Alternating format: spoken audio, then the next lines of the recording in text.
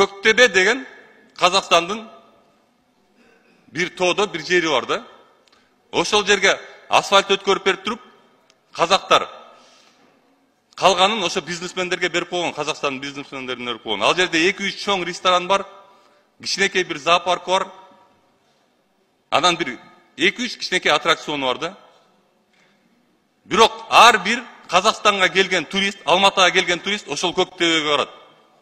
Эмнеге бизде андай жер жок? Эмне биздин колубуздан келбейби же бизде андай жаратылыш жокпу же бизде андай тоолор жокпу? Мына турбай, мына могул жерге баратканда аларчанын жол менен барып туруп, Кашка сууну көздөй кайрылганда сонун жер турат. Супарага өтүп кетет ошол жол чандан нары. Супарага өтөт дагы Алматинкага чыгып туруп, кайра ылдый түшүп кетет. Бирок жолду жыл сайын жамгыр жууп кетет. Сонун кооз жер. Ошол жерге жөн эле асфальт жолун түзүп берип туруп, инфраструктура итак эле бар ал жерде, суу бар, ошо Советтер Союзу калып кеткен. Ошол жерге жөн эле асфальт жасап берип туруп, бизнесмендерге берип койгула. Иштетсин ошол жерди. Биздин Кыргызстандын бизнесмендери тети Дубай, Турцияга барып туруп бир нерселерди иштетип кетип атат. Ушул жерге жол түзүп берип койсоңор, инфраструктура түзүп берип койсоңор, бу жерде деле иштетип берет да. Мына флагшток бар. Канча 10 жыл мурун ушул жерге флагшток коюп беришкен. Флагштоктун жолун карагыла, флагштоктун тегерегин карагыла, ошондо деле ошол жерге барып элдер эс алып атат. Ошака бир бизнесмендерге возможность берип, жолун түзүп берип, инфраструктурасын түзүп берип, свет өткөрүп берип, канализация өткөрүп берип,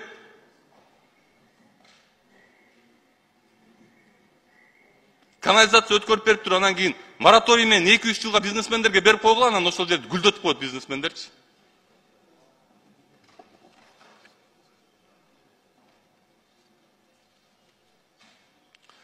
Туризмдейбиз бизчи, мына көлгө барсаңар, көлдүн жээгинде өзүбүз ошол жерге баклажка ыргытып, ошол жерге тамекилерди көлдүн жээгине өчүрүп, ошол жерге таштап кетип жүрөбүз. Мына жакында эле көрдүңөр, новостилерге чыкты. Канча деген бир тонна жанакы пустой баклажкаларды алып чыкты суунун астынанчы. Бизде деген туристическая милиция деген бар да. Азыр мынакей президентибиздин указы менен бүт пляждарды ачып койду. Эмнеге биз ошол жерге пляжный патрульный коюп койсок болбойт? Ошол жерден бирөө мусорка ыргытып аткан, баклажка ыргытып аткан, тамеки өчүрүп атканын көрсө, башка киши кимге жазалат, кимге чалылат? Милициягабы? Ошол жерге патрульный милиция коелу, пляжный. Бирөө ошондой нерсени кылып аткан болсо, чалсын. Келип туруп ошол жерден токтотсун ошол иш-аракеттерди. Туризм деген бул сөз эмес да.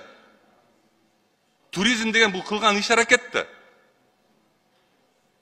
Эгер туристтер тынч бара албаса, бизге ал көнүмүш нерсе болуп калган кыргыздаргачы. Ошо ыргытып аткан, ошол жерде мусор кылып аткан бүт нерсе бизге көнүмүш болуп калган. Бирок туристтер, кээ бир өлкөлөрдөн андайга көнгөн эмес, андайды көргөн эмес алар. Алар андай жерге келип эс алышпайт тилекке каршы. Ошол себептен бир иш-аракеттерди кылсак болот да. Ошол туризмди өнүктүрүү жаатында. Мына баягыда дагы бир нерсе мамлекетке айтып кетейин. Баягыда Калашникова келди ушул жерде. Калашникованы баарыбыз биргеликте тепкиледик. Ал айтып атат. Ушул жерде бир суроо болду, жана кичинекей неме респоинт боюнча. Ал туура айтып атат. Салып коюш оңой дейт. Бирок жарым жыл бир жерден рухсат аласың, алынын рухсатын алгандан жарым жыл экинчи жеринен рухсат аласың, анан дагы жарым жыл бир жерден рухсат аласың. Ошентип 2 жыл рухсатка эле кетет. Ар бирөөбүз билебиз, андай респоинтты салып коюшка бир ашып кетсе 2 ай кетет. Бирок ага чейинкиси 2 жыл болуп кетип атпайбы? Туризм жөнүндө айтып атканына мен акылыма киргенден бери Кыргызстан туризм жөнүндө айтып атат да. Бирок кошкон салымыбыз туризмге 5% ашып кетсе.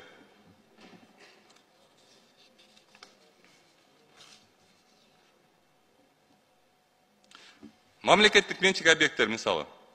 Ак кеме. Ушул жерден көргөнсүңөр, 1 жыл мурун көтөргөм ошончу. 1 жыл мурун көтөргөм. Ак кеме ошол бойдон турат.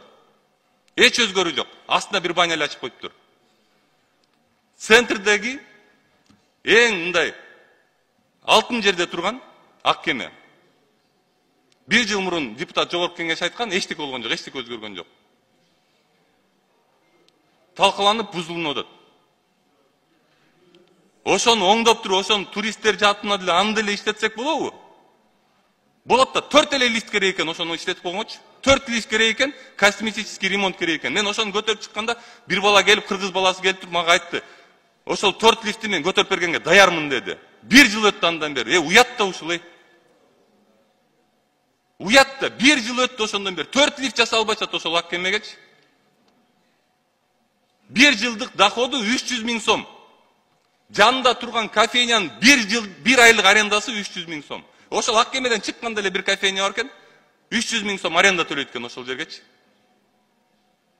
Биз биякта 20 этажга жакын гостиницабыз 300 000 сом доход жүрөт. Аңгайсы туризмди айтып атабыз. Качанга чейин биз туризм боюнча жөн эле сөз кылып келебиз.